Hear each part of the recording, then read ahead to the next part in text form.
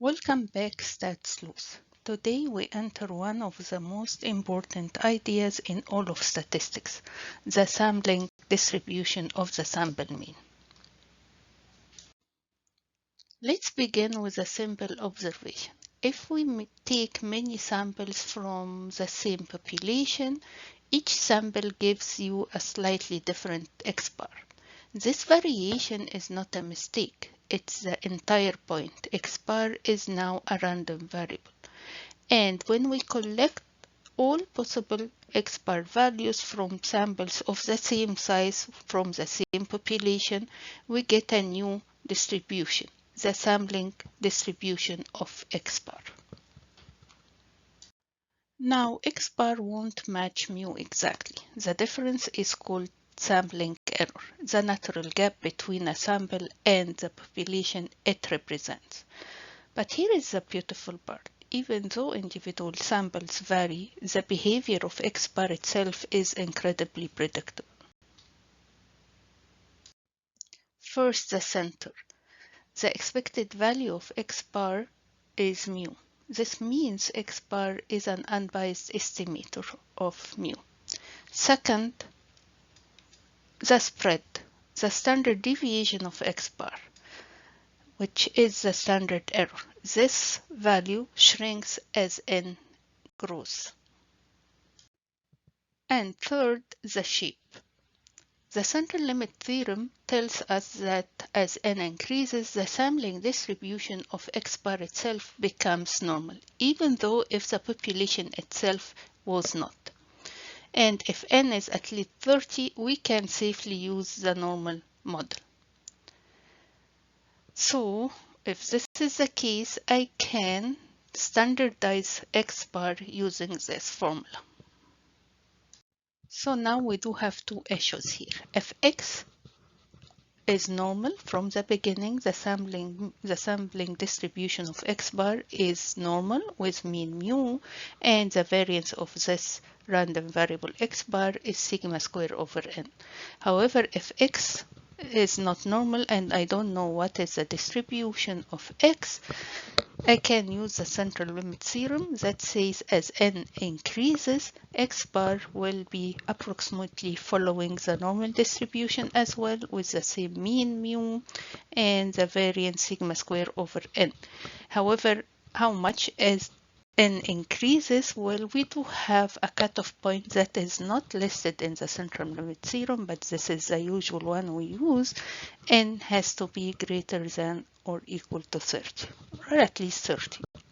Now let's bring this to life with examples. Dot averages 18 minutes per clue with a standard deviation of 4. If we sample 25 clues, what's the probability that the mean exceeds 19.2?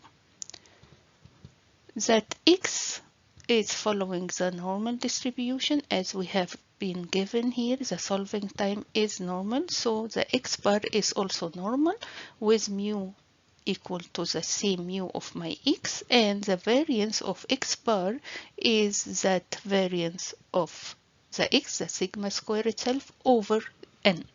So the distribution of X-bar is as such, and we want now to calculate this probability. Again, X-bar normal. I'm gonna standardize it using the z-score as usual, and the z-score tells me go ahead and subtract your mu for your random variable, which is X-bar now, and divide over the standard error or the standard deviation of your X-bar, which is nothing but the sigma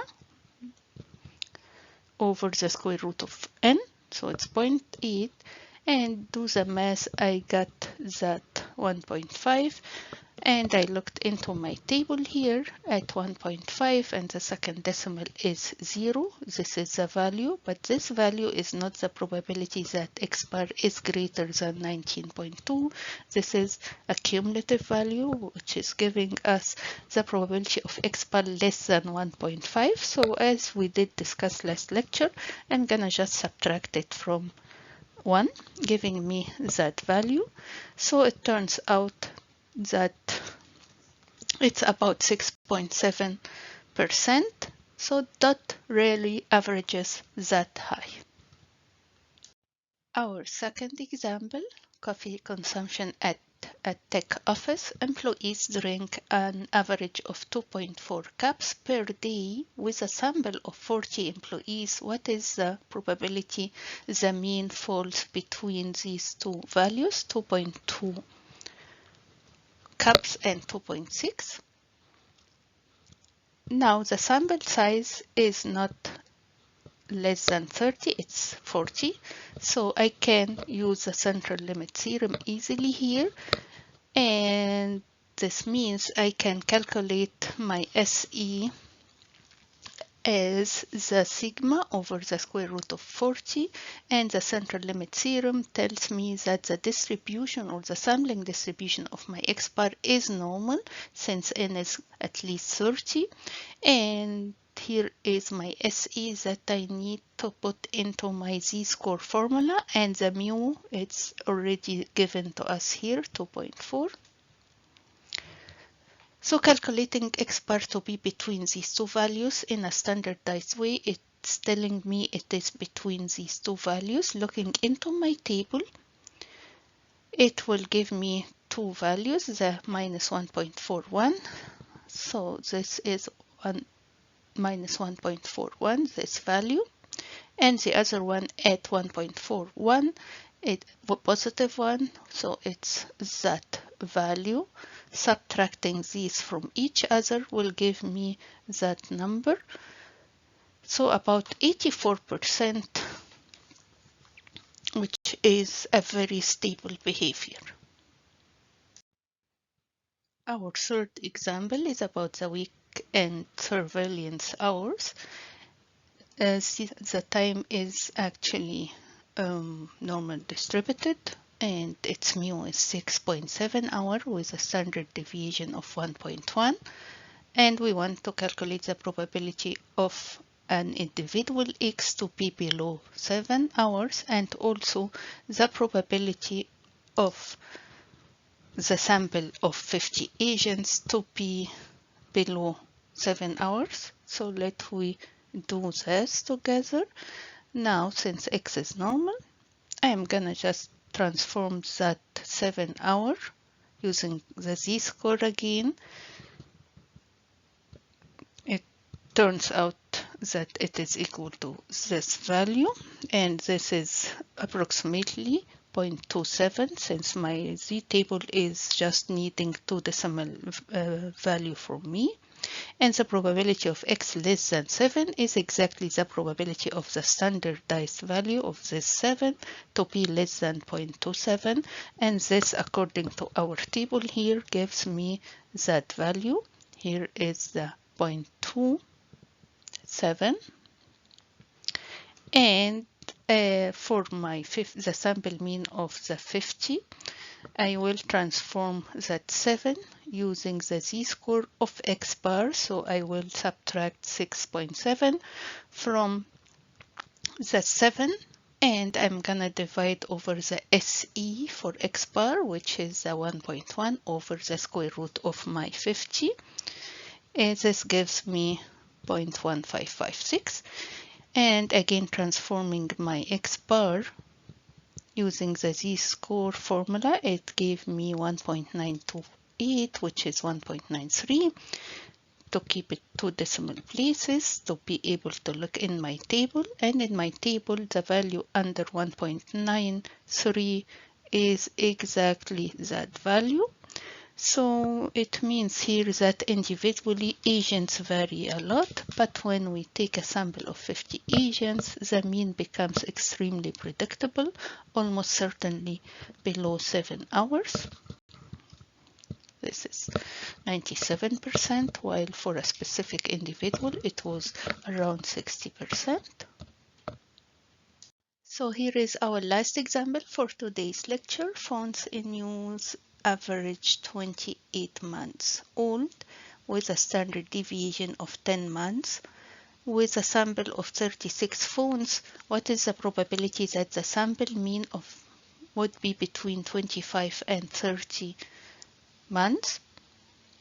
So according to the central limit theorem, X bar would be normal distributed again, and if I do have n big N enough, and we said we are gonna use a cutoff point for this to be 30, and here I am 36, so I'm fine.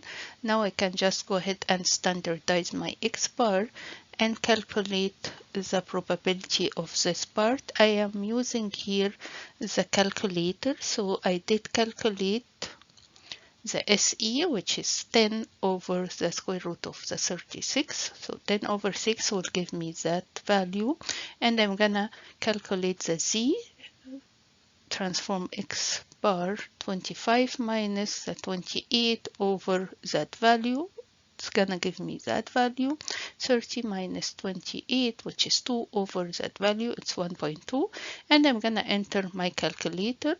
And in my calculator, as you did see in our episode 6 with dot, I can use a normal CDF.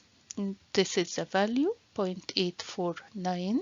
So it's about 85% chance that the mean will fall between 25 months and the 30 months. And also I can use calculator without even the need to transform. I can enter the 84 calculator with the mean, which is 28, and the sigma is 1.667, again using the SE because I know X bar is normal with 28 and sigma over the square root of n. So entering my calculator normal CDF function with the original scale, or with the values of my 25 and 30 on the original scale of my X bar, but entering here the mean, which is 28 for X bar, and the standard error or standard deviation of my X bar that I did calculate here as sigma over the square root of 66 will give me approximately the same value as you see here. So after all, I do have an 85% chance that the mean of those 36 phones will fall between 25 and 30 months.